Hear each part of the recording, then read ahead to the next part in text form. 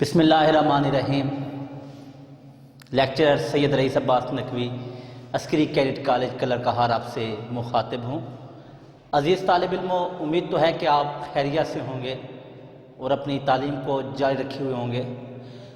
جیسا کہ آپ کو پتہ ہے کہ آن لائن کلاسز کا سلسلہ شروع ہے، تو آج کا ہمارا سال دوم کلاس سیکنڈ ایئر کا ہمارا لیکچر ہے پہلی فتح۔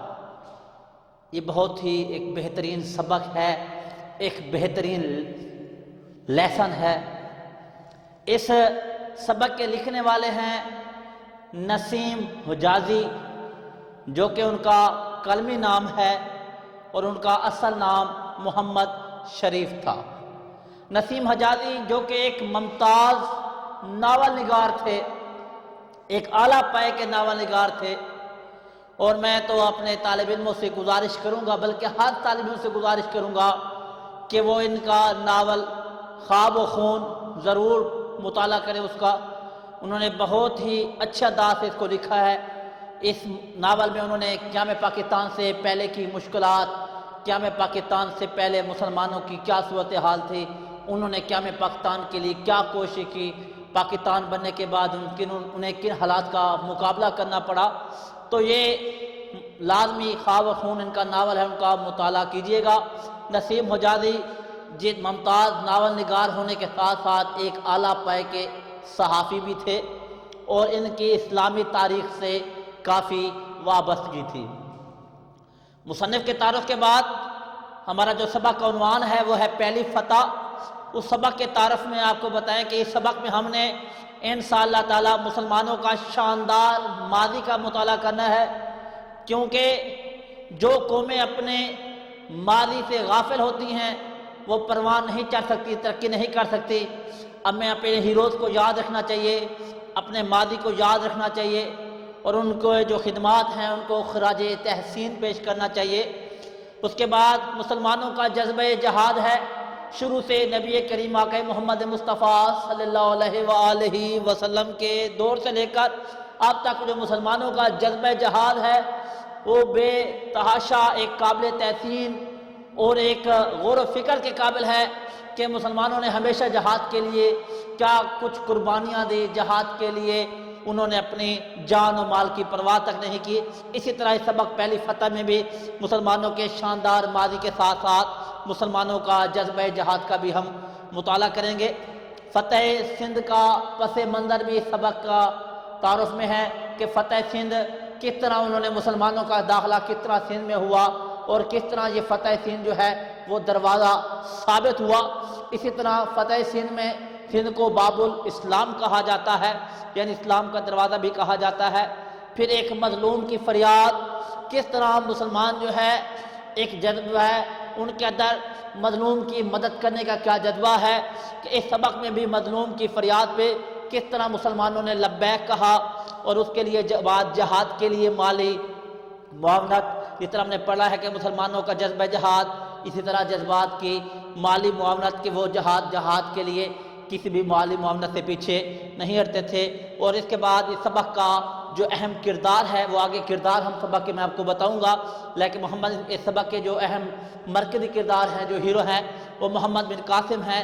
اس سبق میں ہم نے محمد بن قاسم کی جنگی حکمت عملی بھی پڑھنی ہے، اور مسلمانوں کا اور غیر مسلمانوں کی جنگوں میں فرق بھی ہم نے پڑھنا ہے۔ اچھا، ایک سوال ایم سی کیوز کے حوالے سے بہت اہم ہے۔ اکثر جو ہے وہ سوال ایم سی کیوز میں آ جاتا ہے کہ پہلی فتح کے مصنف کا اصل نام کیا ہے، یا اس کے یہ سبق کا ماخذ کیا ہے۔ ماخذ یعنی مصنف کی جس کتاب سے یہ سبق اخذ کیا گیا ہے، جو لیا گیا ہے، تو ماخذ ہے پہلی فتح کا محمد بن قاسم۔ یہ جو نسیم حجازی کا لکھا ہوا ناول ہے یہ دو حصوں پر مشتمل ہے۔ پہلا حصہ محمد بن قاسم، اور دوسرا جو ناول کا دوسرا حصہ ہے وہ ہے کم سن اور نوجوان سالار، یہ دوسرا حصہ ہے۔ اور اس حصے کا جو چوتھا باب ہے، چوتھے باب کا نام ہے پہلی فتح۔ اب اس ناول کے کچھ کردار ہیں۔ ناول کے کرداروں میں سب سے اہم مرکزی کردار محمد بن قاسم کا ہے، اور اس کے بعد ناہید جو کہ ایک مظلوم و بے کس لڑکی تھی۔ جب یہ جو ہے سمندری ڈاکوؤں نے جو ہے مسلمانوں کو ایک لوٹ لیا تھا، جہاز کو لوٹ لیا، جرمغال بنا دیا۔ اس جہاز میں تاجر تھے اور حجاج تھے، اس میں ایک لڑکی ناہید تھی، اس نے اپنے خون کے ساتھ حجاج بن یوسف کو خط لکھا، تو اس حجاج بن یوسف نے جو ہے محمد بن قاسم کو مدد کے لیے بھیجا۔ یہ ناہید وہ مظلوم و بے کس لڑکی ہے جس کی آواز پہ لبیک کہتے ہوئے بہت 17 سالہ کم نوجوان محمد بن قاسم جو ہے وہ مدد کے لیے گیا تھا۔ زبیدہ یہ کردار ہے جتنے زبیدہ نے گھر گھر میں جا کے لوگوں کو جہاد کی ترغیب دی، جہاد کے بارے میں لوگوں کو راغب کیا۔ ان کی تقاریر سن کے جب عورتیں تقریر سن کے اٹھتی تھی، ان میں جذبہ جہاد اس طرح ابھر چکا ہوتا تھا، وہ اتنے جذبات سے جذبہ جہاد سے سرشار ہو چکے ہوتے تھے کہ عورتیں گھروں میں جا کے اپنے بیٹوں کو، اپنے بھائیوں کو، اپنے شوہروں کو جہاد کے لیے آمادہ کرتی تھی، جہاد کے لیے بھیجتی تھیں۔ اور انہوں نے یہاں تک کہ یہ سبق ہم جتنا ہم نے پڑھا ہے مسلمانوں کا جذبہ جہاد، اتنا جذبہ جہاد یہ تھا کہ لوگ چھوٹے کیا، بچے کیا، بوڑھے کیا، نوجوان کیا، محمد بن قاسم کی فوج میں جوگ در جوگ شامل ہو رہے تھے۔ یہ زبیدہ کی تبلیغ کا اثر تھا۔ حجاج بن یوسف جو کہ گورنر تھا، محمد بن ہارون، بھیم سنگھ یہ ایک محمد بن قاسم کا دشمن تھا، اس نے جو ہے فوجوں کے ساتھ بہت سے انہوں نے فوج اکٹھی کی، اور محمد اپنے باپ کے منع کرنے کے باوجود بھی اس نے جو ہے محمد بن قاسم کا راستہ روکا۔ راجہ داہر اور زبیر جو کہ ایک جو ہے لشکر سپاہی تھا، اسی طرح اب جو ہے محمد بن قاسم کا مارکا۔ اس سفر کے لیے، جہاد کے لیے محمد بن قاسم کو بہت طویل سفر کرنا پڑا ہے، بڑی مشکلات کا سامنا کرنا پڑا۔ جس طرح دمشق سے محمد بن قاسم روانہ ہوا، وہ عراق کے شہر بصرہ و کوفہ سے ہوتا ہوا شیراز سے وہ مکران پہنچا جو کہ بلوچستان کا علاقہ ہے اور اب بھی وہ پاکستان کا حصہ ہے، اور مکران سے یہ لسبیلا میں پہنچا۔ یہ محمد بن قاسم کا حصہ ہے، جو سفر ہے جو انہوں نے جو ہے وہ سفر کیا، جس میں دمشق، بصرہ، کوفہ، شیراز، مکران اور لسبیلا شامل ہیں۔ اب ہم چلتے ہیں سبق کے اہم نکات کی طرف۔ مسلم فوج کی روانگی۔ جب محمد بن قاسم، لوگوں نے دیکھا کہ محمد بن قاسم روانہ ہو رہا ہے، جہاد کے لیے روانہ ہو رہا ہے، تو لوگ جو ہے گھروں کی چھتوں پر دیکھ رہے تھے کہ ایک فوج کی قیادت ایک کم سن نوجوان کر رہا ہے، ایک کم سن لڑکا کر رہا ہے۔ لوگ اس کا جذبہ جہاد دیکھ کر، اس کی کم عمری دیکھ کر، اور ایک مظلوم و بے کس کی فریاد پہ لبیک کہتا ہوئے دیکھ کر، اور اس کے بعد زبیدہ کی تبلیغ کا یہ اثر تھا کہ لوگ جو ہے جوگ در جوگ جو ہے اس کی فوج میں شامل ہو رہے تھے۔ مسلم فوج کی روانگی، مالی مدد کا جذبہ۔ تو اسی طرح سب سے پہلے زبیدہ نے اپنے زیورات جو ہے اس وقت جو ہے بہت ہی مسلمانوں کے پاس جنگی ساز و سامان بہت کم تھا، عوام زیادہ تھی، سپاہی زیادہ تھے، مگر جنگی ساز و سامان کم تھا، جس کی وجہ سے مسلمانوں کو مال و اسباب کی شدت سے ضرورت تھی۔ تو لوگوں نے، محمد بن قاسم نے اپنے زیورات پیش کیے، یہاں تک کہ شہر کی تمام دوسری عورتیں، بصرہ و کوفہ کی عورتیں، دمشق کی عورتوں نے بھی اپنے جو ہے پیچھے رہنا گوارا نہ کیا، انہوں نے بھی اپنے زیورات دینا شروع کر دیے، اور اپنے جو ہے زیورات کے ساتھ ساتھ جس لحاظ سے بھی مدد کا طریقہ ممکن تھا انہوں نے مسلمانوں کی مالی مدد کی۔ اور جو ہے اب اسی طرح جب ایک وقت بھیجا گیا تاکہ جو وہاں پہ جا کے جنہوں نے جو ڈاکوؤں کے ساتھ، یہ جو راجہ داہر تھا یہ بہت ظالم کردار تھا، راجہ داہر کی سربراہی میں ہی یہ سب کچھ جو ہے انہوں ڈاکوؤں نے جو ہے لوٹا تھا۔ تو ایک قافلہ گیا تھا، وفد گیا تھا کہ وہ جا کے راجہ داہر ان کے ساتھ جو ہے وہ ڈیلیگیشن گیا، وفد گیا کہ وہاں پہ جا کے مطالبات پیش کریں وہاں پہ جا کے۔ تو اس وقت اس جو وفد کے جو حکمران تھے ان کو قتل کر دیا گیا۔ وفد کے قتل کے جو ہے ہوتے ہی وہاں پہ جا کے ان لوگوں میں جو ہے مزید طریقے کے ساتھ جو ہے مزید جذبہ جو ہے وہ ابھرتا گیا۔ پھر اس کے بعد فوج کی تعداد، مسلمانوں کی فوج کی تعداد بڑھتی گئی۔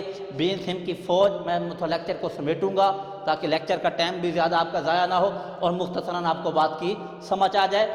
فوج کی تعداد مسلمانوں کی جو ہے وہ دن بدن بڑھتی گئی۔ ایک گوریلا جو ہے بھیم سنگھ کی فوج، اس نے محمد بن قاسم کا راستہ روکنے کی کوشش کی۔ اس کی گوریلا حکمت عملی تھی کہ جو ہے وہ اچانک پہاڑوں سے آتے، اونچی پہاڑی پر انہوں نے بسیرا کیا ہوا تھا، وہ آتے تیر سے مسلمانوں کو زخمی کرتے اور چلے جاتے، جس کی وجہ سے وہ کافی پریشان تھے۔ اس پریشانی کو دیکھ کر محمد بن قاسم نے جنگی مجلس شورا بلائی، وہاں پہ ایک میٹنگ ہوئی۔ اس میٹنگ میں محمد بن قاسم نے اپنی حکمت عملی پیش کی کہ ہمیں جنگ اتنا کرنی چاہیے، آدھے سپاہی آگے جائیں گے، آدھے پیچھے رہیں گے، میں آگے جاؤں گا، کچھ سپاہی یہاں پہ رہیں گے۔ اس جنگی حکمت عملی کو دیکھ کر ایک جو وہاں کا جو پرانا بزرگ تھا، ایک بزرگ نے جو ہے وہ مشورہ دیا کہ سالار کا فوج کے ساتھ ہونا ضروری ہے۔ تب محمد بن قاسم نے کہا سالار کی ضرورت ان فوجوں کو ہوتی ہے جن کا سارا انحصار سالاروں پہ ہو۔ الحمدللہ ہم مسلمان ہیں، ہمارا انحصار اللہ تعالیٰ کی حاکمیت پہ ہے، ہمیں پتہ ہے اللہ تعالیٰ مدد کرنے والا ہے۔ تو محمد بن قاسم نے اپنی حکمت عملی پیش کی، سالار کے مشورے کو رد کیا۔ پھر یہاں پہ سبق کے اختتام میں ایک بہت اہم بات بتائی گئی ہے کہ مسلمانوں کے جنگ کا کیا انداز ہے اور غیر مسلمانوں کے کیا انداز ہے۔ اسی طرح محمد بن قاسم جو ہے آگے بڑھتے گئے، ان کی حکمت عملی کی وجہ سے جو ہے مسلمان آگے، انہوں نے جو بڑی بڑی کامیابیاں اور فتوحات حاصل کی۔ محمد بن قاسم جو کہ عمر میں بہت کم چھوٹا تھا، مگر اس نے اپنی عقلی بلبوتے اور حکمت عملی کی وجہ سے جو ہے وہ بہت ساری کامیابیاں حاصل کی۔ یہاں پہ آپ کچھ شعر بھی لکھیں تو بہتر ہے۔ دشت و دشت صحرا بھی نہ چھوڑے ہم نے، بحر ظلمات میں دلا دیے کھورے ہم نے، ایمان تقوی جہاد فی سبیل اللہ۔ یہ ایک راز ہے کامیابی کا، شہادت ہے مطلوب و مقصود مومن، نہ مال غنیمت نہ کچھ فرق کشائی۔ امید کرتا ہوں کہ آپ کو اس لیکچر کی سمجھ آ گئی ہوگی۔ انشاءاللہ اللہ پاک آپ لوگوں کا حامی و ناصر۔